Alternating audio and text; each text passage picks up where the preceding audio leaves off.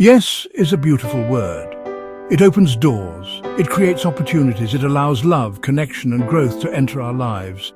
But when yes becomes automatic, when yes is said out of fear, guilt or habit, it begins to cost more than it gives. We don't talk enough about the cost of saying yes to everything. The cost of a life stretched too thin, a spirit exhausted, a self that feels invisible inside a schedule packed with other people's demands. We live in a culture that rewards agreement. Be available, be helpful, be agreeable. Say yes to the project, yes to the request, yes to the invitation, yes to the expectation. The more you say yes, the more valuable you appear.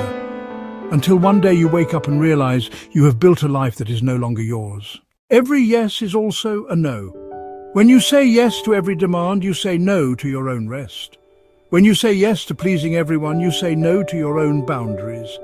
When you say yes to things that drain you, you say no to what could have nourished you. And slowly, the soul begins to suffocate under the weight of too many yeses. Maybe you know this feeling. You agree to attend the event you didn't want to. You accept the extra work when you were already at your limit. You smile and nod, even when your heart whispered no. And afterward, you feel the subtle ache of betrayal. Not betrayal by others, but betrayal by yourself. The cost of endless yes is self-abandonment. It is a life lived outward, with no room left for the inward. Why do we do this? Because saying yes feels easier. No creates tension, no risks disappointing others, no makes you visible in ways that can feel uncomfortable. So we avoid it. We choose yes to keep the peace. We choose yes to be liked. We choose yes because we fear what will happen if we dare to honor ourselves. But here is the paradox. By saying yes to everything, we end up absent from our own lives. We are everywhere and nowhere. We please everyone, but we lose ourselves. This is not generosity, it is depletion. And depleted people cannot give deeply. They give shallowly, resentfully, without presence. Their yes is hollow because it was never real. The world does not need more hollow yeses. The world needs your authentic no, so that when you say yes, it comes from truth. Boundaries are not selfish. They are sacred. They protect the parts of you that allow you to love, to create, to be whole.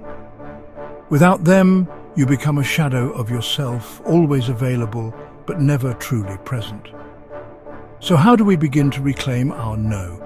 First, by remembering that no is not rejection, it is redirection. When you say no to something that doesn't align, you are saying yes to what does. You are saying yes to rest, yes to creativity, yes to authentic connection, yes to the life you actually want to live. Second, by practicing small no's. You don't have to start with the life-altering decisions. Begin with the minor ones. Decline the extra obligation that feels draining. Let the invitation pass without guilt. Notice that the world does not collapse when you honor yourself.